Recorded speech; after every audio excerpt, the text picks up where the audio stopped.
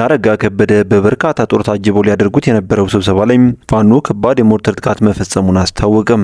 ይህን ጥቃት ተከትሎም በርካታ ያገዙ ጥምር ሰራዊቶች ሙትና ቁስለኛ መደረጋቸውን የተነገረው በዝርዝር እንመለከተዋለን።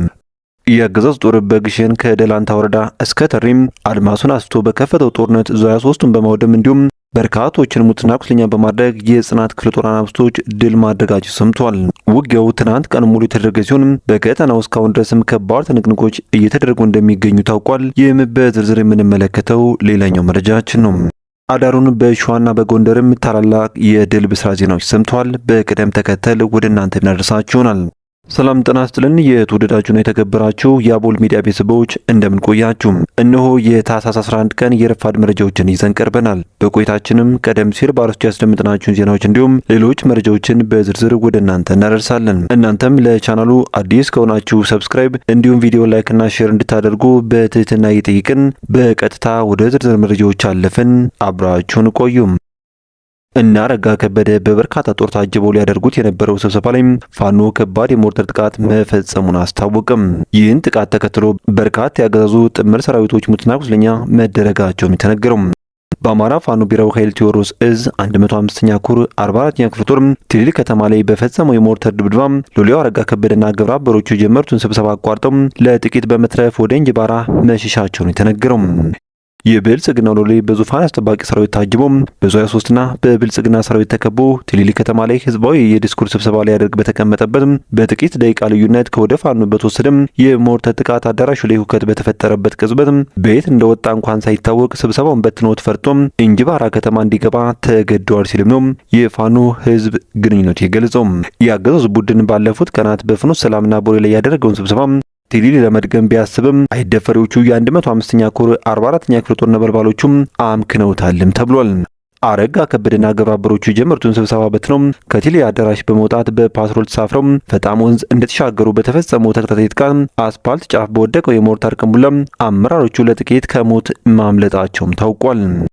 በአንድ አፍ ፋኖን አጥፍተነዋል በትነነዋል፣ በሌላ አፍ ደግሞ በጫካ ያሉ ወንድሞቻችንን ኑ በሏቸው እያሉ ሲያላዝኑ የከረመው አረጋ ከበደና ተላላኪዎቹም ያሰማሩት ቡድን ጫካ ውስጥ የቀበሮ ጉድጓድ ቆፍሮ እንዳይወጣ ሆኖ ባለበት በዚህ ሰዓት 44ኛ ክፍለ ጦር ትሊሊ ከተማን ከቦ በሞርተር ሲደበድበው አገዛዙ ፋኖ ግዙፍ ኃይል መሆኑን ተረድቶ ተጨንቆና ተጠቦ በዙ 23 በብረት ለበስ ቢኤምቢ ታጅቦ ለማድረግ ያሰበውን ስብሰባ ማካሄድ ሳይችል ለጥቂት ህይወቱን አትርፎ ፈርጥጧልም ተብሏል።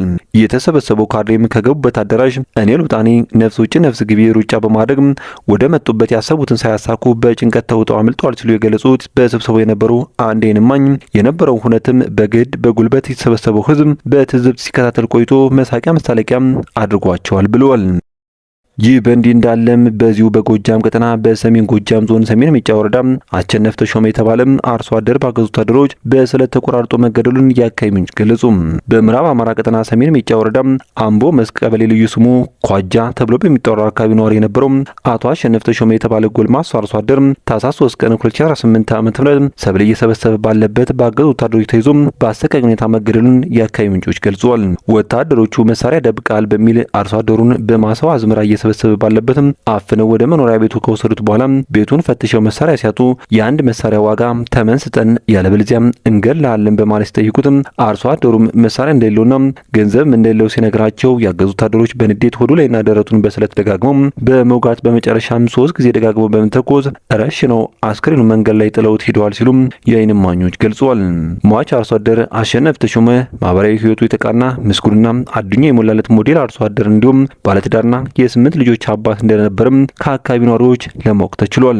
አርሶ አደሩ ታህሳስ 3 ቀን 2018 ዓ.ም የበቆሎ ሰብል እየሰበሰበ ባለበት ከረፋዱ 3 ሰዓት ገደማ ባገዙ ወታደሮች ታፍኖ መኖሪያ ቤቱ ከተፈተሸ በኋላ ወታደሮቹ የጠየቁትን የአንድ መሳሪያ ተመን መክፈል ባለመቻሉም በስለትና በጥይት በአሰቃቂ ሁኔታ የተገደሉ ሲሆን ወታደሮቹ አርሶ አደሩን በስለት ደጋግመው በመውጋት ነፍሱ አልወጣ ስትላቸው በድጋሚ በጥይት ተኩሰው ከገደሉት በኋላ አስክሬን ጎዳና ላይ አውጥተው ጥለው በውጊያም አንድ ፋኖ ገደልን በሚል በኦሮምኛ ቋንቋ ጭምር እየጨፈሩ አካባቢ ለቀው ወደ ካምባቸው መሄዳቸውንም ምንጮቹ አክለው ገልጸዋል።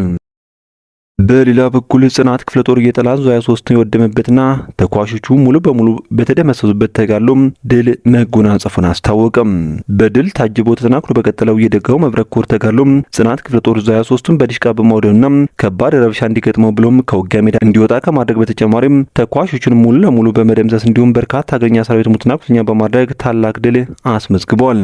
ትናንት ታኅሳስ 10 ቀን 2018 ዓ.ም ከዚያ መልስ እስከ ግሸን ከደላንታ ወረዳ እስከ ተሪ ያገዘ ጦር አድማሱን አስቶ ከጽናት ክፍለ ጦር አናብስቶች ጋር ግጥሚያ አድርጎ ያዋለ ሲሆን የአማራ ህዝብ የኮር ተቀላጆች የሆኑት ፋኖዎቹም ያገዛዙን ዙ 23 በዲሽቃ በመምታት እውቅታ እንዲገጥመው ያደረጉ ሲሆን ቁጥራቸው በውል ያልታወቁ የብልጽግና ሰራዊቶችም ሙትና ቁስለኛ ሆነዋል የተባሉ ከጽናት ክፍለ ጦር ያልጠበቀው ድብደባ የደረሰበት ያገዙ ሰራዊት እግራ አውጪኝ በማለት በሶስት አቅጣጫ ፈርጦ ወደ መጣበት ተመለስ ሲሆን በተጋድሎው ተተኳሽና የተለያዩ ሬሽኖች ሲማረኩም ሬሽኖቹ የተመረዙ ሊሆኑ ስለሚችሉ በማለት ወዲያውኑ ጥቅም ላይ እንዳይውሉ ተደርጓል ሲል በአማራ ፋኖ ብሔራዊ ኃይል የደጋው መብረቅ ኮር ህዝብ ግንኙነት ክፍል አስታውቋል።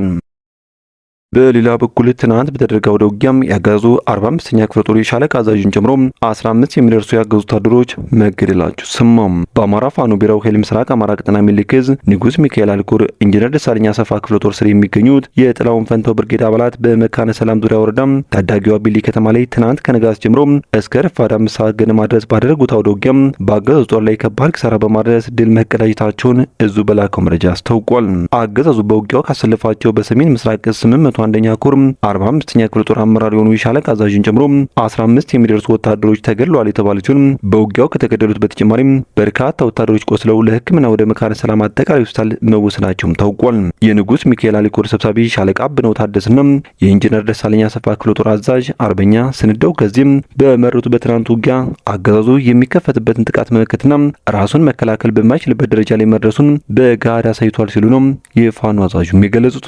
የሰሜን ምስራቅ ዕዝ 801ኛ ኮር 45ኛ ክፍለ ጦር ከወደ ፋኖ የተከፈተበትን የጥና ጥቃት መቋቋም ባለመቻሉም በኮር ስር 47ኛ ክፍለ ጦር እገዛ ለማድረግ ወደ ቀጠናው የገባች ቢሆንም ነገር ግን እሷም እንኳን እገዛ ልታደርግ ቀርቶም የተከፈተባትን የደፈጣና የጨበጣ ውጊያ በመከታተሏት በትንቱና መውጣቱን ሚኒሊክ ዕዝ በህዝብ ግንኙነት መምሪያው በኩል በላከው መረጃም አስታውቋል።